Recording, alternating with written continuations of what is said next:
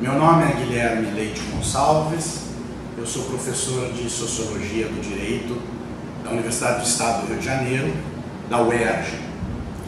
Coordenarei, junto com o professor Esteban Torres, da Universidade Nacional de Córdoba, o curso de Teorias do Capitalismo da Claxo. A pergunta que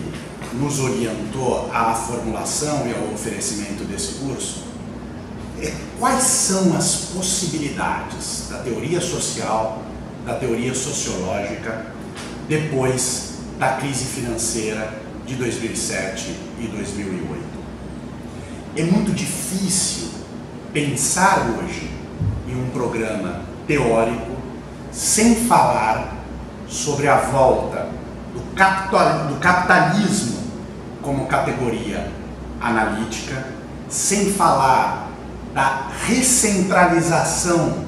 do conceito de trabalho nas ciências sociais e do regresso da própria crítica na sociologia. A razão principal do desaparecimento da categoria capitalismo no interior da sociologia se associa evidentemente ao triunfo pós-comunista do liberalismo de mercado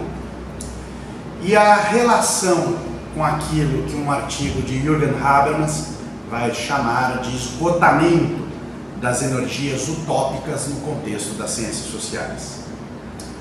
É possível, no entanto, acrescentar uma terceira explicação, uma causa teórica adicional. E se trata da redução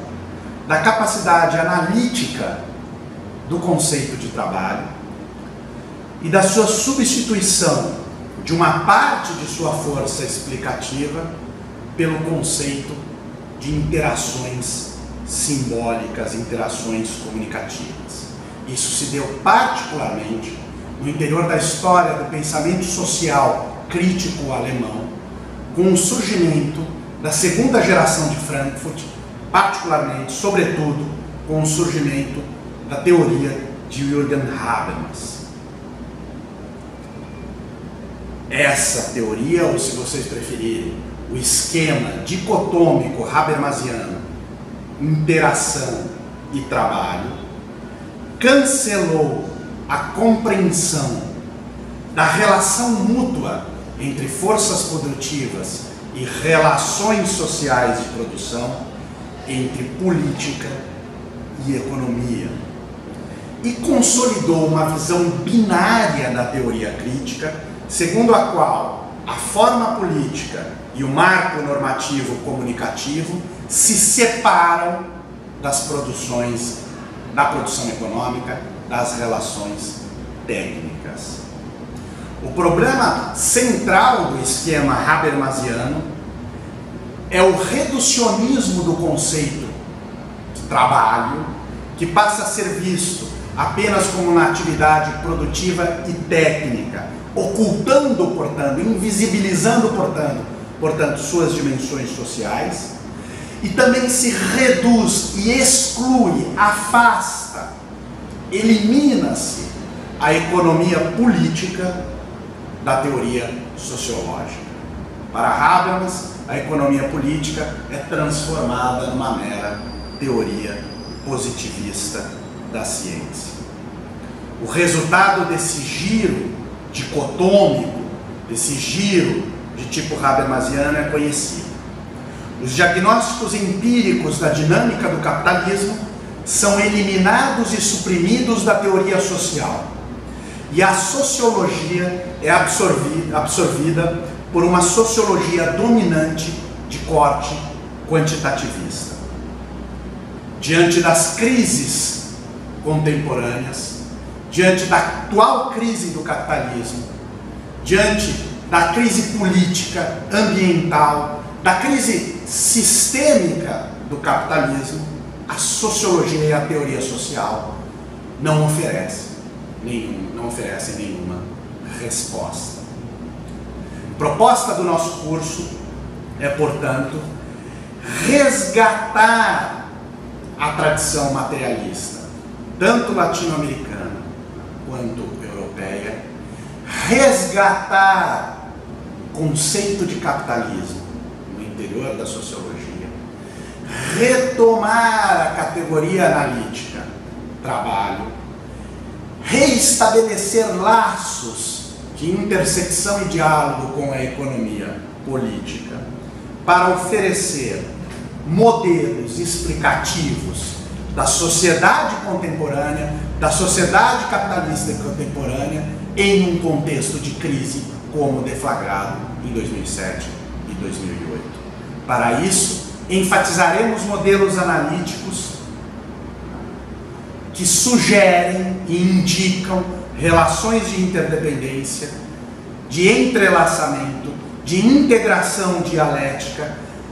de uma totalidade social em detrimento de esquemas binários, de esquemas dicotômicos ou de razões dualistas. Nos anos 80 e 90, recebemos de maneira acrítica, acreditamos de maneira acrítica na chamada crise eurocêntrica da sociedade do trabalho. Nós veremos no nosso curso que o próprio pensamento sociológico alemão, o próprio pensamento sociológico latino-americano, o pensamento sociológico europeu, sobretudo o pensamento sociológico alemão, foi capaz de colocar em xeque esse diagnóstico da crise da sociedade do trabalho. Chegou o momento de também na América Latina nós questionarmos a recepção desse diagnóstico e dessa teoria e oferecermos respostas que pensem o econômico e o político de maneira amalgamada. Para esse curso de teorias do capitalismo, nós selecionamos uma multiplicidade de autores da tradição latino-americana e do debate europeu contemporâneo para tentar pensar de maneira integrada política e economia, cultura e economia, direito e economia, de modo a oferecer respostas para as reconfigurações sociais contemporâneas. Nas 4 primeiras aulas, resgataremos aquilo que já há de mais rico no pensamento clássico socioeconômico latino-americano. Me refiro a Raul Prebisch e a Celso Furtado. Observaremos a partir desses 2 autores de que maneira que é possível operacionalizar a distinção centro e periferia do capitalismo e de que maneira que é possível pensar os obstáculos e os entraves do desenvolvimento, de que maneira que é possível caracterizar o subdesenvolvimento, de que maneira que é possível pensar a América Latina em seu contexto periférico. Depois, apresentaremos uma aula sobre o pensamento sociológico de García Linera, o atual vice-presidente da Bolívia, sociólogo boliviano, que se inscreve na tradição marxista e busca renovar a teoria do valor a partir da dicotomia forma-valor e forma-comunidade. Pensaremos, portanto, na caracterização da dinâmica capitalista de García Linera, compreendida a partir de seu imaginário, de sua utopia pós-capitalista. Depois, nos direcionaremos para a Europa e estudaremos, investigaremos a teoria de Manuel Castells sobre a expansão do capitalismo informacional. Veremos a partir do sociólogo catalão a tendência geral de expansão irreversível daquilo que ele chama de modo de modos de produção capitalista, a saber, a expansão da economia livre de mercado e da tese da economia livre de mercado, que se desvincula daquilo que ele chama de modos de produção estatalistas, permitindo, portanto, a compreensão de um avanço irreversível do modo de produção capitalista informacional. Feito esta escala, esta conexão na Espanha, caminharemos para a Alemanha e discutiremos 3 teóricos sociais, 3 teorias sociológicas contemporâneas alemãs: Wolfgang Streeck, Hartmut Rosa e Klaus Böhler. Wolfgang Streeck busca operacionalizar a hipótese sobre capitalismo, relações entre capitalismo e democracia, no contexto das crises pós-fordismo. Veremos, portanto, de que maneira que a aceleração das taxas de inflação, o crescimento da dívida pública, os cortes em gastos sociais, a desregulamentação financeira e o endividamento privado alteram as relações entre capitalismo e democracia, de modo que princípios mediadores como o keynesianismo e a representação política passam a ser colocados em xeque, passam a ser questionados, e nós temos muito mais uma democracia conforme o mercado ao invés de uma democracia igualitarista. Em Hartmut Rosa, veremos como o autor analisa os processos de aceleração social, uma categoria essa dividida em aceleração técnica, aceleração das transformações sociais e aceleração dos ritmos da vida. E de que maneira que, a partir de uma tipologia também da alienação, é possível introduzir no interior da teoria crítica aquilo que Hartmut Rosa chama de seu ponto cego: a crítica à aceleração social. Esse processo de aceleração social, para o autor, passa a ser altamente compatível com as taxas de circulação do capital financeiro e contrárias às inversões, aos investimentos de médio e longo prazo, típicos do período fordista. Por fim, veremos como Klaus Böhler operacionaliza a chamada Landnahme capitalista, isto é, um modelo que pensa o desenvolvimento capitalista como a tomada,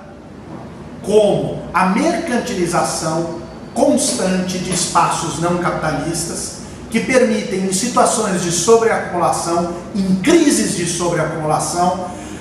a exploração de matérias-primas, recursos, mão de obra, trabalho, permitindo, portanto, que espaços que não estavam completamente acoplados à lógica do mercado passem a ser acoplados e, portanto, permitam fluir o excedente em determinados territórios. Por fim, na última classe, na última aula, nós veremos a teoria de François Chesnais, teórico francês, sobre o processo de financiarização da sociedade. Para isso, veremos como esse autor analisa os pilares de produção de mais-valia, de plusvalia e de expropriação predatória no atual contexto contemporâneo do capitalismo. Veremos como esse autor explica a produção em massa de capital fictício e veremos como, após a crise de 2007 e 2008, o capitalismo se vê sem alternativas viáveis para superá-la. Durante esses encontros, nós gostaríamos, requeremos uma participação ativa de todos os estudantes, requeremos o comprometimento com a leitura dos textos, a participação ativa nos fóruns de discussão. Esteban e eu estaremos ativos nesses fóruns de discussão, juntamente,